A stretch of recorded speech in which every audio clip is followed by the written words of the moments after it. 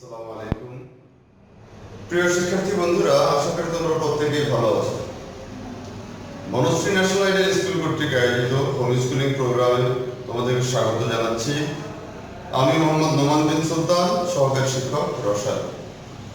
প্রিয় বন্ধুরা, বিগত দিনের ধারাবাহিকতায় আমি আজ তোমাদের সামনে হাজির হয়েছি দশম শ্রেণীর রসায়নের নবম অধ্যায় একটি গুরুত্বপূর্ণ বিষয় নিয়ে। আমাদের নবম অধ্যায়টা হচ্ছে অ্যাসিড ক্ষার সমতা। তো এই অ্যাসিড ক্ষার সমতার মধ্যে গুরুত্বপূর্ণ বিষয়টা হচ্ছে অ্যাসিড ও ক্ষারের ধর্ম। অ্যাসিড ও ক্ষারের ধর্ম ব্যাখ্যা করতে গিয়ে প্রথমত আমি আলোচনা করব অ্যাসিড কি ব্যাখ্যা, তারপরে যাব ধর্ম এবং ক্ষার কি তার ধর্ম। এখন আমি যদি প্রথমত অ্যাসিড বলি, তোমরা আগে নিচের ক্লাসে পড়ে আসছো অ্যাসিড কাকে বলে। অ্যাসিড আমরা সাধারণত বিক্রিয়ার মাধ্যমে যেটা চিনি বা তাত্ত্বিকভাবে যেটাকে চিনি সেটা হচ্ছে যে সকল যৌগ জলীয় দ্রবণে হাইড্রোজেন আয়ন উৎপন্ন করে তাদেরকে অ্যাসিড বলা হয়। সিম্পলি যদি বলি, একটি যৌগকে আমি যদি এখানে একটি যৌগ ভেঙে দেখাই, আমি এখানে হাইড্রোক্লোরিক অ্যাসিড জিনিসটা আগে লিখে রেখেছি সময়ের স্বল্পতার কারণে। এখানে হাইড্রোক্লোরিক অ্যাসিডটাকে যদি আমি ভাঙি HCl, তো ভাঙলে সাধারণত পাই হাইড্রোজেন আয়ন আর হচ্ছে ক্লোরাইড আয়ন। এই যে হাইড্রোজেন আয়নটা উৎপন্ন হলো, এখন এই হাইড্রোজেন ক্লোরাইডটাকে নরমালি ভাঙা যায় না, তো সব তখন আয়নিত অবস্থা থাকে না। সাধারণত যখন এর মধ্যে পানি যোগ করা হয় তখন এরকম আয়ন উৎপন্ন হয়, কেননা পানি একটি পোলার যৌগ যা কিনা এই হাইড্রোজেন ক্লোরাইডকে দুইটা আয়নে বিভক্ত করে ফেলে। তো এই হাইড্রোজেন আয়ন উৎপন্ন হয়েছে বিধায় এই যৌগটাকে বলছি আমি হাইড্রোক্লোরিক অ্যাসিড। তার মানে সিম্পলি বলতে পারি, যে সকল যৌগ পানির সাথে বিক্রিয়া করে হাইড্রোজেন আয়ন উৎপন্ন করছে, অন্য যাই করে উৎপন্ন করুক না কেন, হাইড্রোজেন আয়ন উৎপন্ন করলে সেটি অ্যাসিড। এই যে আমি একটি যৌগকে অ্যাসিড বললাম, হাইড্রোক্লোরিক অ্যাসিডকে যে আমি অ্যাসিড বলছি, যেটা হাইড্রোজেন ক্লোরাইড বলে আমরা বলে থাকি, এই যে যৌগটা, এই যৌগটার কি কি ধর্ম বিদ্যমান থাকতে পারে সেই ধর্মগুলো আমি এখানে ব্যাখ্যা করছি। ধর্মগুলো কি প্রথমে বলেছি সক্রিয় ধাতুর সাথে বিক্রিয়া। সক্রিয় ধাতু তাদেরকে বলছি যে সকল ধাতু খুব অল্প সময়ে বা খুব দ্রুত তার সাথে অন্যান্য ঋণাত্মক মৌলের সাথে বিক্রিয়া করে ফেলে, যেমন সোডিয়াম। তারপর সাধারণত গ্রুপ 1 এর যে মৌলগুলো আছে তাদের সক্রিয়তা সব থেকে বেশি হয়, সোডিয়াম, লিথিয়াম, পটাশিয়াম। এই যে ধাতুগুলো পায়, এই ধাতুগুলোর সক্রিয়তা সব থেকে বেশি হয়, যার কারণে এরা ওই অ্যাসিডের সাথে বিক্রিয়া করে। যদি সক্রিয় ধাতু অ্যাসিডের সাথে বিক্রিয়া করে তাহলে কি উৎপন্ন হবে দেখো। কারণ এই যে এখানে সোডিয়াম মুক্ত অবস্থায় আছে আর হাইড্রোজেন ক্লোরাইড ভাঙলে দুইটা আয়ন পায়, একটা হচ্ছে হাইড্রোজেন আয়ন আর একটা ক্লোরাইড আয়ন। এখানে এই সোডিয়াম এই ক্লোরিনের সাথে যুক্ত হবে, তার মানে NaCl যুক্ত উৎপন্ন করবে এবং হাইড্রোজেন উৎপন্ন করবে। হাইড্রোজেন তো দ্বিপরমাণু, একা থাকতে পারে না, এজন্য হাইড্রোজেন গ্যাসীয় পদার্থ উৎপন্ন করবে, এজন্য H2 উৎপন্ন করবে। তার প্রথম ধরনটা কি বললাম, সক্রিয় ধাতুর সাথে বিক্রিয়া। এটা হচ্ছে লবণ। যে সকল যৌগের শেষে সাধারণত Cl, Cl2, SO4, NO3, OH2 এরকম অম্লীয় মূলক থাকে, তারা সাধারণত লবণ হয়ে থাকে। যেহেতু এর যৌগের শেষে Cl আছে, অর্থাৎ এটা একটি লবণ। তোমরা এটা দেখলে চিনতে পারবে, কিন্তু অন্যান্য মৌলের ক্ষেত্রে চিনবে না, কারণ এটা আমরা সবাই খাবার লবণ হিসেবে ব্যবহার করি বলে খুব বেশি চিনি। এরপর দেখি এখানে বলেছি ক্ষারের সাথে বিক্রিয়া। আমরা এটা আগে থেকে জেনে আসছি যে ক্ষারের সাথে অ্যাসিড বিক্রিয়া করলে লবণ এবং পানি উৎপন্ন হয়। সিম্পলি এখন যদি বলি, এই যে ক্ষারটা নিয়েছি আমি, এই ক্ষারের দুইটা আয়ন আছে, ক্যালসিয়াম হচ্ছে ধনাত্মক আয়ন, অক্সিজেন ঋণাত্মক আয়ন। একই রকম ভাবে হাইড্রোজেন ধনাত্মক, ক্লোরাইড ঋণাত্মক। এই যে এরা এইভাবে আয়নের বিনিময় করবে, তার মানে এর ধনাত্মকের সাথে ঋণাত্মক, এর ঋণাত্মকের সাথে ধনাত্মক আয়ন যুক্ত হবে। তাহলে কি হচ্ছে ক্যালসিয়াম CaCl, কিন্তু আমরা জানি ক্যালসিয়ামের যোজনী 2, এজন্য পরবর্তী, তার মানে এরা যখন যৌগের সংকেত লেখা হয় তখন মৌলগুলো এরা একে অপরের যোজনী বিনিময় করে। ক্যালসিয়ামের যোজনী 2 হওয়ার কারণে Cl2 হবে, আর ক্লোরিনের যোজনী 1 হওয়ার কারণে ক্যালসিয়ামের নিচে কোনো সংকেত বা সংখ্যা লিখছি না। তার এটা একটা লবণ, ক্যালসিয়াম ক্লোরাইড এবং কি H2O। তোমরা একটু খেয়াল করে রাখবে, আমি বিক্রিয়াগুলো সমাধা করছি না, মেন যে প্রোডাক্ট বা উৎপাদ উৎপন্ন হয় সেই উৎপাদগুলো আমি লিখছি। সমাধান তোমরা নিজেরা করে নিতে পারো সুবিধা মতো সংখ্যা যোগ করো। তার মানে এখানে দেখো এটা ক্ষার, এটা অ্যাসিড।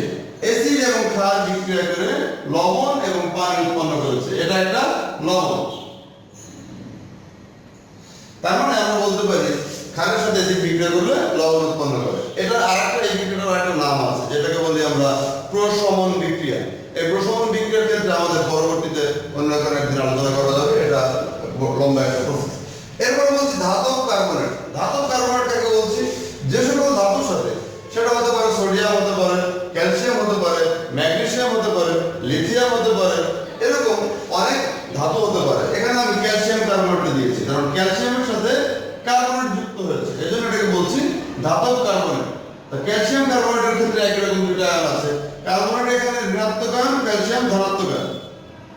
এখানে একই রকম ভাবে এই ক্যালসিয়াম কি করবে, এর ঋণাত্মক আয়ন ক্লোরিনের সাথে বিক্রিয়া করে কি করবে, এখানেও ক্যালসিয়াম ক্লোরাইড উৎপন্ন করলো। আচ্ছা, আমার বাকি থাকলো কি CO3 এবং H। এখন এই CO3 বাইকার্বনেট বলে থাকি যেটা, কিন্তু এটা মূলত যৌগ হয় না। সেক্ষেত্রে কি করতে হবে, এখান থেকে আমি কি করব, আমি CO2 কার্বন ডাই অক্সাইডটা আলাদা করে ফেললাম। কার্বন ডাই অক্সাইড আলাদা করার পরে এখানে একটা অক্সিজেন এবং এখানে একটা হাইড্রোজেন থাকলো। ওই অক্সিজেন আর হাইড্রোজেন বিক্রিয়া করে পানি উৎপন্ন করবে H2O। তার মানে আমরা যদি বলি ধাতব কার্বনেটের সাথে অ্যাসিড বিক্রিয়া করে লবণ, কার্বন ডাই অক্সাইড এবং পানি উৎপন্ন করে। ঠিক একই রকম ভাবে আমরা বলছি ধাতব বাইকার্বনেট। বাইকার্বনেট কাকে বলি আমরা?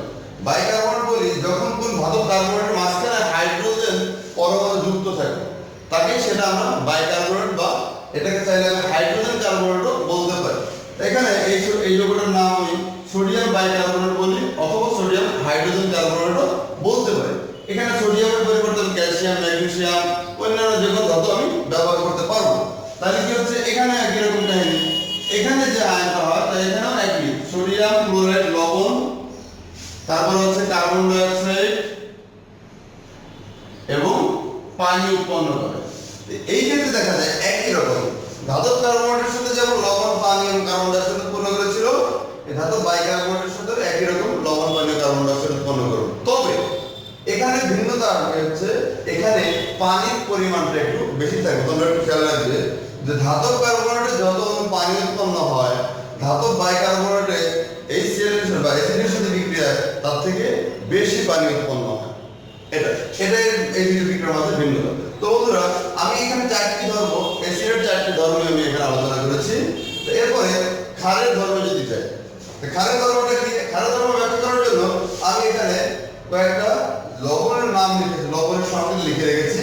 সেই লবণের সংকেত অনুযায়ী আমি একটা ক্ষার নিয়েছি, সোডিয়াম হাইড্রোক্সাইড, এবং এই ক্ষারটাকে আমি লবণীয়। এখন কথা হচ্ছে ক্ষারের সংজ্ঞাটা আমি বলিনি। ক্ষারের সংজ্ঞাটা হচ্ছে যে সকল যৌগ জলীয় দ্রবণে হাইড্রোক্সাইড আয়ন বা OH মাইনাস আয়ন, আমি যদি একটা যৌগ লিখি, যেমন মনে করো সোডিয়াম হাইড্রোক্সাইড, আমি এখানে লিখেছি সোডিয়াম হাইড্রোক্সাইড। এক্ষেত্রে যদি যাই, সোডিয়াম হাইড্রোক্সাইড পানির সাথে বিক্রিয়া করে Na+ আয়ন এবং OH মাইনাস আয়ন উৎপন্ন। এই যে OH মাইনাস আয়ন উৎপন্ন করবে, OH মাইনাস এটাকে আমরা মূলক বলতে পারি, হাইড্রক্সিল মূলক বলতে পারি, আবার হাইড্রোক্সাইড আয়ন বলতে পারি। এই যে হাইড্রোক্সাইড আয়ন, এই হাইড্রোক্সাইড আয়ন থাকলে আমরা বুঝে নেব এই যৌগটি ক্ষারীয়। দেখো সোডিয়াম হাইড্রোক্সাইড পানির সাথে বিক্রিয়া করে সোডিয়াম এবং হাইড্রোক্সাইড আয়ন উৎপন্ন করবে, অতএব এটি একটি ক্ষারীয় যৌগ। এই যে ক্ষারীয় যৌগটা আসছে, তাহলে ক্ষারীয় যৌগটা যদি আমি অ্যালুমিনিয়াম নাইট্রেট, আমি এখানে ধাতব বেশ কিছু লবণ দিয়েছি, এই ধাতব লবণের নামগুলো তোমরা লিখবে এবং আমি এই বিক্রিয়াটা দেখানোর চেষ্টা করব। তো তাই যদি হয়, এই সোডিয়াম হাইড্রোক্সাইড অ্যালুমিনিয়াম নাইট্রেটের সাথে বিক্রিয়া করে কি যৌগ উৎপন্ন করে? Aluminium nitrate. তোমরা যে কোনো যৌগ বা বিক্রিয়া সম্পন্ন করার সময় একটা জিনিস মাথায় রাখবে যে একটি যৌগকে দুইটি আয়নে ভাগ করা যায় কিভাবে। এখানে আমি যে যৌগটা লিখেছি, এই যৌগটাকে আমি দুইটি আয়নে কিভাবে ভাগ করতে পারি। এখানে একটা আয়ন আছে ধনাত্মক আয়ন অ্যালুমিনিয়াম, আর একটা আছে নাইট্রেট ঋণাত্মক আয়ন। ঠিক একই রকম ভাবে এই যৌগের দুইটি আয়ন আছে, একটা ধনাত্মক আর একটা ঋণাত্মক। তাই যদি হয়, সবসময় খেয়াল রাখবে এরা একে অপরের আয়ন বিনিময় করে। তার মানে কি, এর ধনাত্মকের সাথে এই যৌগের ঋণাত্মক আয়ন যাবে। তার মানে কি আছে, অ্যালুমিনিয়ামের সাথে হাইড্রোক্সাইড ঋণাত্মক আয়ন যুক্ত হবে। একই রকম ভাবে এই নাইট্রেটের সাথে সোডিয়াম ধনাত্মক আয়ন যুক্ত হবে। তার মানে আমরা আয়নগুলো বিপরীত আয়নের সাথে যুক্ত করে দিলাম, তাহলে কি দাঁড়ায় অ্যালুমিনিয়াম আর হচ্ছে হাইড্রোক্সাইড AlOH। আমার বিক্রিয়ার সঙ্গে এখনো সম্পন্ন হয়নি, কেননা আমি বলেছিলাম যৌগের যোজনী, যৌগ লেখার সময় মৌল বা যৌগমূলকের যোজনী একে অপর বিনিময় হয়। এখানে অ্যালুমিনিয়ামের যে যোজনী সেটা হচ্ছে 3, তাই এখন OH এর যোজনী হচ্ছে 1, এই জন্য নিচে লিখছে না। এই যৌগটার নাম হচ্ছে অ্যালুমিনিয়াম হাইড্রোক্সাইড। অ্যালুমিনিয়াম হাইড্রোক্সাইড সাধারণত আমি দেখে চিনতে পারবো না যে দ্রবণটা তৈরি করা হয় কিভাবে, দ্রবণ পানির মতো দেখতে হয়। তো এই অ্যালুমিনিয়াম হাইড্রোক্সাইডের যখন এই সোডিয়াম হাইড্রোক্সাইড দেওয়া হয় অ্যালুমিনিয়াম নাইট্রেটের মধ্যে, তখন অ্যালুমিনিয়াম হাইড্রোক্সাইড উৎপন্ন করে, যেটা কিনা একটা অধক্ষেপ উৎপন্ন করে। সেটা কেমন হয়? সাদা অধক্ষেপ। সাদা অধক্ষেপ উৎপন্ন করলে বলবো যে এই যৌগটাতে অ্যালুমিনিয়াম উপস্থিত আছে। এর সাথে আমরা আরো যৌগ উৎপন্ন করতে পারি। কি উৎপন্ন হতে পারে? তাহলে একটা সোডিয়াম নাইট্রেট প্লাস NaNO3। আচ্ছা, এরপরে আমি ফেরাস নাইট্রেটে যাই। ফেরাস বলা হয় কেন? ফেরাস আর ফেরিক এই দুইটা আয়ন পাওয়া যায়। কেন পাওয়া যায়? আমরা যোজনী বা পর্যায় সারণী খেয়াল করলে দেখতে পাবো যে এখানে যোজনীর কিছু ভিন্নতা আছে। যাদের শেষ শক্তি স্তরে বিজোড় ইলেকট্রন থাকে তাদের যোজনী প্রদর্শন করে, আবার কিছু কিছু মৌল আছে যাদের শেষ শক্তি স্তরে একাধিক বিজোড় ইলেকট্রন থাকতে পারে, সক্রিয়তার ভিত্তিতে বা স্থিতিশীলতার ভিত্তিতে। তো এখানে আয়ন সাধারণত দুইটি যোজনী প্রদর্শন করে, এক হচ্ছে 2 আর একটা হচ্ছে 3। এই যে দুইটা যোজনী, যে সকল মৌলের দুইটি যোজনী থাকে তাদের মধ্যে সর্বনিম্ন যেটা যোজনী সেটাকে বলা হয় আস এবং সর্বোচ্চ যোজনীকে বলা হয় ই। এজন্য আমি বলছি ফেরাস নাইট্রেট। এই যৌগটাতে আয়রনের যোজনী 2, এজন্য এটাকে বলছি ফেরাস। আর এই যৌগটাতে আয়রনের যোজনী 3, এজন্য এটাকে বলছি ফেরিক। তো এখন এই ফেরাস নাইট্রেট একই রকম ভাবে সোডিয়াম হাইড্রোক্সাইডের সাথে বিক্রিয়া করে কি যৌগ উৎপন্ন করবে? ফেরাস হাইড্রোক্সাইড FeOH2 প্লাস একই রকম ভাবে আসছে ফেরাস, এটা কথা হলো কি ফেরাস নাইট্রেট, ফেরাস হাইড্রোক্সাইড আর হচ্ছে সোডিয়াম নাইট্রেট।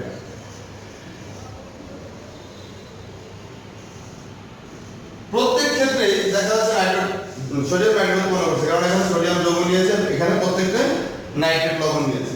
একই রকম ভাবে এখানে উৎপন্ন করবে FeOH3 প্লাস NaNO3। আবার এখানে আসছে কপার নাইট্রেট, এখানে একই রকম CuOH2 প্লাস NaNO3। আর একটা আছে জিঙ্ক নাইট্রেট, তাহলে এটা হচ্ছে জিঙ্ক হাইড্রোক্সাইড প্লাস NaNO3।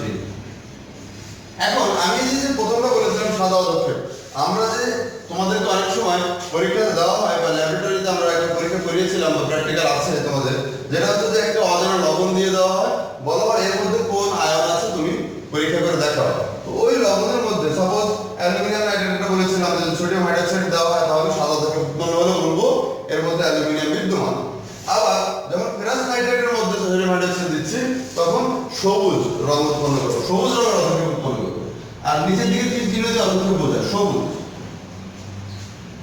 তার মনে রাখতে হবে কোন অধক্ষেপের রং কেমন, তা নাহলে আমরা মৌল বা ধাতু চিনতে পারবো না। ঠিক আছে, এখানে ফেরাস হাইড্রোক্সাইডের রং সবুজ, এখানে আছে লালচে বাদামি।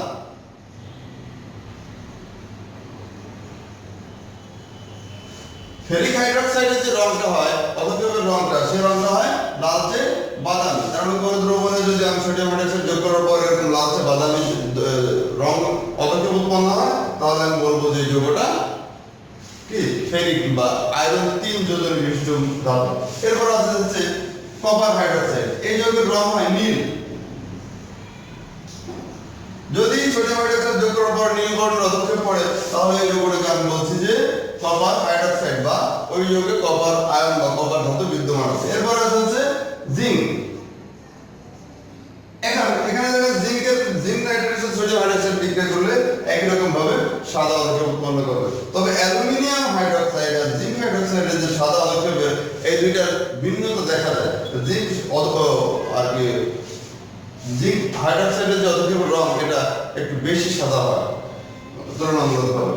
এই যে আমি বিক্রিয়াগুলো লিখলাম, এই বিক্রিয়াগুলো কিভাবে লিখেছি এবং এই বিক্রিয়াগুলোর সাহায্যে আমার কি কি আয়ন কি কি অধক্ষেপ উৎপন্ন হয়েছে, রং কেমন, সেটা থেকে আমরা ধাতব মৌলগুলো আলোচনা করতে পারবো। আর একটা জিনিস আমি তোমাদেরকে বলি যে আমাদের অনেক সময় অনুধাবনমূলক বা প্রয়োগমূলক আসে যে একটি যৌগ দিয়ে বলা হয় এই যৌগটা অম্লীয় নাকি ক্ষারীয়, সেটা ব্যাখ্যা করো। তো সেটা ব্যাখ্যা করার জন্য আমি তোমাদেরকে জাস্ট সিম্পলি আমি একটু বলে দিই কি কি ধাপগুলো আমরা অতিক্রম করতে পারি।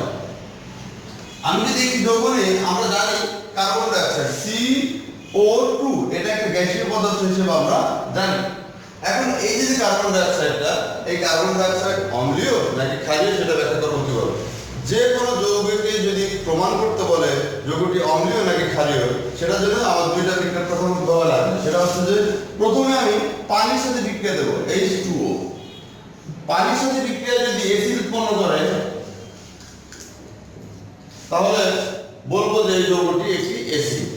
আবার ওই যৌগকেই একটি ক্ষারের সাথে বিক্রিয়া দেবো, যখন দেখবো যে পানির সাথে বিক্রিয়া করে অ্যাসিড উৎপন্ন করেছে তখন ওই যৌগটাকে আবার একটা ক্ষারের সাথে বিক্রিয়া দেবো। সেটা কি হবে? সোডিয়াম হাইড্রোক্সাইড দিই।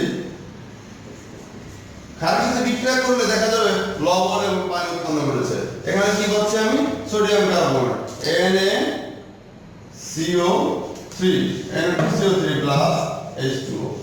এখানে লবণ, এটা একটা লবণ এবং পানি উৎপন্ন করেছে। ঠিক আছে? তা এই যে যৌগটা অম্লীয় নাকি ক্ষারীয় সেটা ব্যাখ্যা করার জন্য, অম্লীয় ব্যাখ্যা করার জন্য প্রথমে পানির সাথে বিক্রিয়া করেছি। এখানে আমি যৌগটার নাম লিখে দিই H2CO3 কার্বনিক অ্যাসিড।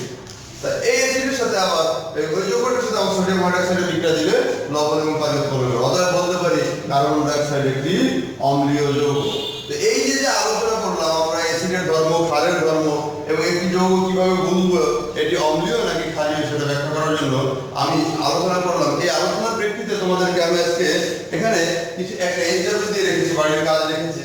সেটা হচ্ছে আমি এখানে দুইটি যৌগ দিয়েছি, একটা হচ্ছে সোডিয়াম অ্যামোনিয়া ও কার্বন ডাইঅক্সাইডের মধ্যে কোনটি অ্যাসিড ও কোনটি ক্ষারধর্মী যৌগ আলোচনা করো। এক্ষেত্রে বিক্রিয়া অবশ্যই দেখাতে হবে, বিক্রিয়া আলোচনা করে বিক্রিয়া সহ আলোচনা করতে হবে।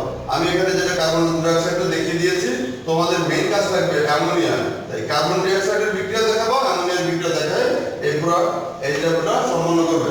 এই যে এইচডাব্লিউটা আগামী রবিবার তোমরা সম্মানিত অভিভাবকগণ স্কুলে জমা দিয়ে যাবেন এবং আজকে যে রবিবার, এই রবিবার অনেক এইচডাব্লিউ খাতা জমা দিচ্ছেন।